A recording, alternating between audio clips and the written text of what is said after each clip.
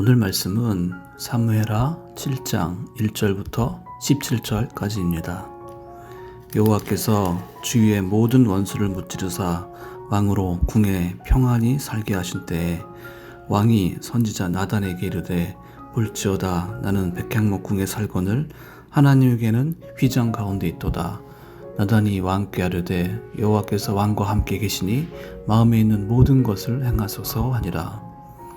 그 밤에 여호와의 말씀이 나단에게 임하여 이르시되 가서 내 종 다윗에게 말하기를 여호와께서 이와 같이 말씀하시되 내가 나를 위하여 내가 살 집을 건축하겠느냐? 내가 이스라엘 자손을 애굽에서 인도하여 내던 날부터 오늘까지 집에 살지 아니하고 장막과 성막 안에서 다녔나니 이스라엘 자손과 더불어 다니는 모든 곳에서 내가 내 백성 이스라엘을 먹이라고 명령한 이스라엘 어느 지파들 가운데 하나에게 내가 말하기를 너희가 어찌하여 나를 위하여 백향목 집을 건축하지 아니하였느냐고 말하였느냐. 그러므로 이제 내 종 다윗에게 이와 같이 말하라. 만군의 여호와께서 이와 같이 말씀하시기를 내가 너를 목장 곧 양을 따르는 데에서 데려다가 내 백성 이스라엘의 주권자로 삼고 내가 가는 모든 곳에서 내가 너와 함께 있어 내 모든 원수를 내 앞에서 멸하였은즉 땅에서 위대한 자들의 이름과 같이 내 이름을 위대하게 만들어주리라. 내가 또 내 백성 이스라엘을 위하여 한 곳을 정하여 그를 심고 그를 거주하게 하고 다시 옮기지 못하게 하며 악한 종류로 전과 같이 그들을 해하지 못하게 하여 전에 내가 사사에게 명령하여 내 백성 이스라엘을 다스리던 때와 같지 아니하게 하고 너를 모든 원수에게서 벗어나 편히 쉬게 하리라. 여호와가 또 내게 이르노니 여호와가 너를 위하여 집을 짓고 내 수완이 차서 내 조상들과 함께 누울 때 내가 내 몸에서 날 내 씨를 내 뒤에 세워 그의 나라를 견고하게 하리라. 그는 내 이름을 위하여 집을 건축할 것이요 나는 그의 나라 왕위를 영원히 견고하게 하리라. 나는 그에게 아버지가 되고 그는 내게 아들이 되리니 그가 만일 죄를 범하면 내가 사람의 매와 인생의 채찍으로 징계하려니와 내가 내 앞에서 물러나게 한 사울에게서 내 은총을 빼앗은 것처럼 그에게서 빼앗지는 아니하리라. 내 집과 내 나라가 내 앞에서 영원히 보존되고 내 왕위가 영원히 견고하리라 하셨다 하라.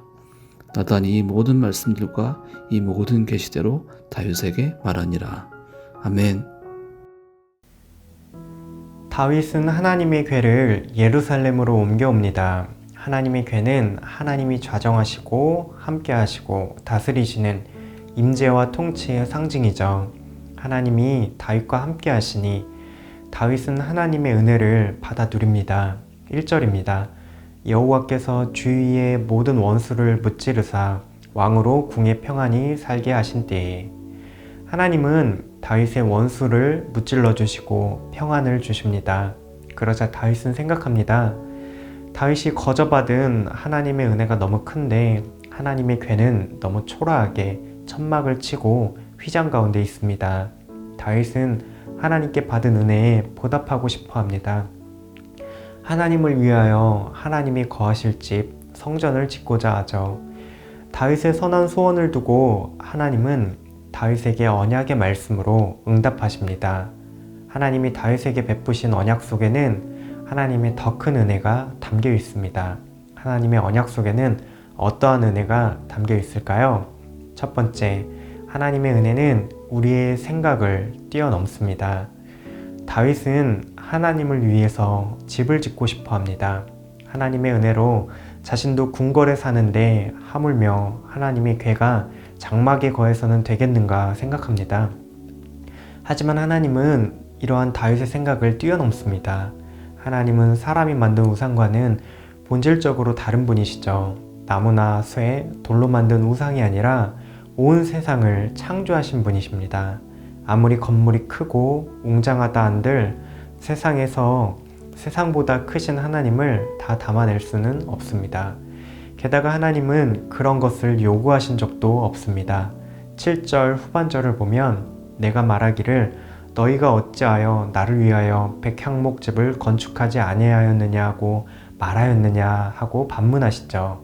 하나님은 한 번도 의리의리한 성전을 지어 바치라 말씀하신 적이 없으십니다.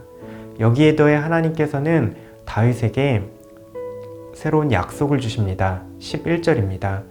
전에 내가 사사에게 명령하여 내 백성 이스라엘을 다스리던 때와 같지 아니하게 하고 너를 모든 원수에게서 벗어나 편히 쉬게 하리라. 여호와가 또 내게 이르노니 여호와가 너를 위하여 집을 짓고. 다윗이 하나님을 위해서 집을 짓겠다고 서원했지만 하나님은 그 마음만 받으시고는 하나님께서 오히려 다윗을 위해 집을 지어주시겠다고 하십니다. 이처럼 하나님은 우리의 생각을 뛰어넘어 더 큰 은혜를 주시는 분이십니다. 두 번째, 하나님의 은혜는 예수 그리스도를 통해 끝까지 베푸는 사랑으로 우리에게 다가옵니다. 하나님의 언약은 다윗과 다윗의 씨가 뒤를 이어서 견고하게 지속됩니다. 후손들의 왕위를 영원히 견고하게 하시겠다고 말씀하시며 14절에서는 나는 그에게 아버지가 되고 그는 내게 아들이 되리니 그가 만일 죄를 범하면 내가 사람의 매와 인생의 채찍으로 징계하려니와 라고 하십니다. 하나님이 다윗의 집에 아버지가 되어 주시겠다고 부모처럼 사랑해 주시겠다고 말씀하십니다. 때로는 잘못된 길, 죄악된 길을 걸을 때에 매와 채찍으로 돌이키도록 영원히 포기하지 않겠다는 말씀이십니다. 하나님께서는 이 언약의 말씀을 통해 구원의 역사를 세상 가운데 지속적으로 흘려보내고 계십니다. 그분의 유일하신 아들이 다윗의 후손으로 이 땅 가운데 오셨죠. 죽음을 이기시고 다시 사심으로써 영원한 하나님의 나라를 이 땅에 보여주셨습니다. 이처럼 하나님이 다윗에게 베푸신 은혜는 예수 그리스도 안에서 영원히 성취되었습니다. 하나님의 은혜는 예수 그리스도를 통해 영원한 사랑으로 끝까지 베푸는 사랑으로 우리에게 나타났습니다. 교회인 우리는 예수 그리스도 안에서 하나님과 새 언약으로 맺어진 하나님 나라 백성입니다. 다윗에게 주신 언약처럼 예수 그리스도께서 이 땅에 영원한 하나님 나라를 이루셨고 우리는 그 안에 살아가고 있습니다. 그 나라 안에 사는 우리는 오늘도 하나님의 은혜로 살아갑니다. 세상보다 크신 하나님께서는 우리의 생각을 뛰어넘어 더 크신 은혜를 주십니다. 우리가 하나님께 우리의 간구와 소원을 올려드릴 때에 때로는 우리의 예상과도 다른 응답이 주어지기도 합니다. 혹은 하나님은 전혀 응답하지 않으시므로 우리에게 응답하실 때가 있죠. 우리의 생각과 하나님의 응답이 다를 때에 또 다른 은혜를 예비하시는 하나님의 손길을 항상 바라보면 좋겠습니다. 하나님이 베푸실 은혜를 끊임없이 신뢰하고 의지하며 우리의 뜻을 하나님의 뜻에 맞추어가는 하나님 나라 백성이 되어야 합니다. 오늘 하루도 우리의 생각보다 크신 하나님의 은혜를 기대합시다.